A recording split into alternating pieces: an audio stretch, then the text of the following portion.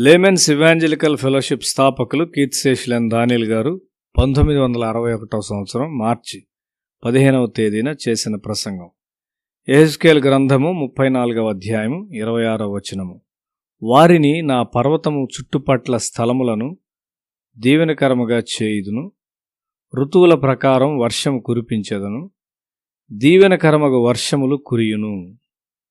మన ఇండ్లను సంతోషముగా చేయుటకు, మన పొలములు సమృద్ధిగా పండించుటకు దేవుడు ఆశ కలిగి ఉన్నాడు. బిడ్డలను బాధించుటకు ఏ తండ్రి పెంచడు.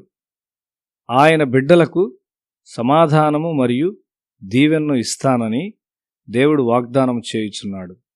యెహెజ్కేలు గ్రంథము 34వ అధ్యాయం 25వ వచనము. అరణ్యములో నిర్భయముగా నివసించున్నట్లును, అడవిలో నిర్భయముగా పండుకున్నట్లును నేను వారితో సమాధానార్థ నిబంధన చేయుదును, దుష్ట మృగములు దేశములో లేకుండా చేయుదును. దేవుడు నీతో ఒక నిబంధన చేసుకుని కోరుచున్నాడు. యెహెజ్కేలు గ్రంథంలోనే 34వ అధ్యాయము 27వ వచనములో, ఫలవృక్షములు ఫలములిచ్చును, భూమి పంట పండును, వారు దేశములో నిర్భయముగా నివసింతురు. నేను వారి కాడి కట్లను తెంపి వారిని దాసులుగా చేసిన వారి చేతిలో నుండి వారిని విడిపింపగా నేను యెహోవానయ్యున్నానని వారు తెలుసుకొందురు. మనిషి మాత్రమే మనిషిని అణచివేయుచున్నాడని మనం ఎల్లప్పుడూ ఆలోచిస్తాం. అయితే ప్రకృతి కూడా మనిషిని అణచివేయుచున్నదని దేవుడు చెప్పుచున్నాడు. మానవుని పాపము తన చుట్టూ ఉన్న ప్రకృతిని ప్రభావితం చేయుచున్నది. మానవుడు ప్రకృతిని లోబర్చుకోవాలని దేవుని అర్థము. ఆదికాండము 1వ అధ్యాయం 28వ వచనము. అయితే మానవునికి లోబడవలసిన ప్రకృతి అతనికి యజమానిగా తయారైంది. వర్షము రాకపోయినను మానవుడు భయపడవలసి ఉన్నాడు.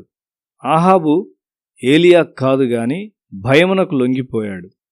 ఏలియా దేవుని ఆజ్ఞలకు విధేయుడయ్యాడు మరియు ప్రకృతి అతనికి విధేయత చూపించింది. రోమాపత్రిక 8వ అధ్యాయం 22వ వచనము.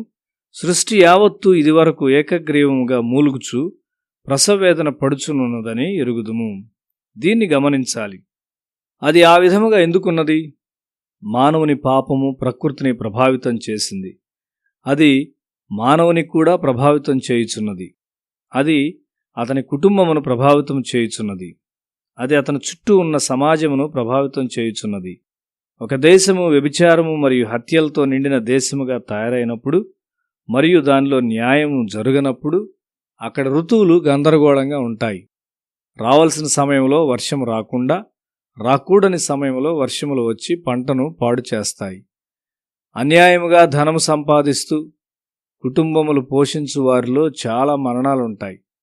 నా విద్యార్థి ఒకడు మేము ఉన్న 2 అద్దె ఇండ్లలో ఒకదాన్ని తీసుకుని కొంతకాలం మాత్రమే ఉంటానని చెప్పాడు. కానీ అతడు అక్కడే ఉండిపోయాడు. అనతి కాలంలోనే మేము నివసించున్న ఇంటిని కూడా అన్యాయముగా అతని వలన ఖాళీ చేయించబడి భారీ వర్షాల్లో డేరాలతో నివసించవలసి వచ్చింది. అయితే అతడు మా ఇంటిని మాకు తిరిగి ఇవ్వలేకపోయాడు.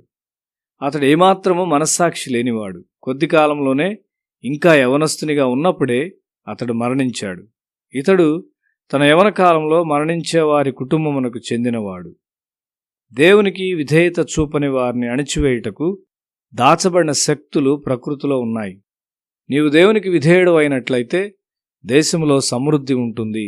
మనము నిజముగా దుఃఖముతో ఉపవాసముతో మారుమనసు పొంది మన జీవితాల నుండి పాపమును తీసివేసినట్లయితే పసరు పురుగులు గొంగళి పురుగులు తినివేసిన సంవత్సరములను దేవుడు మనకు పునరుద్ధరిస్తాడు.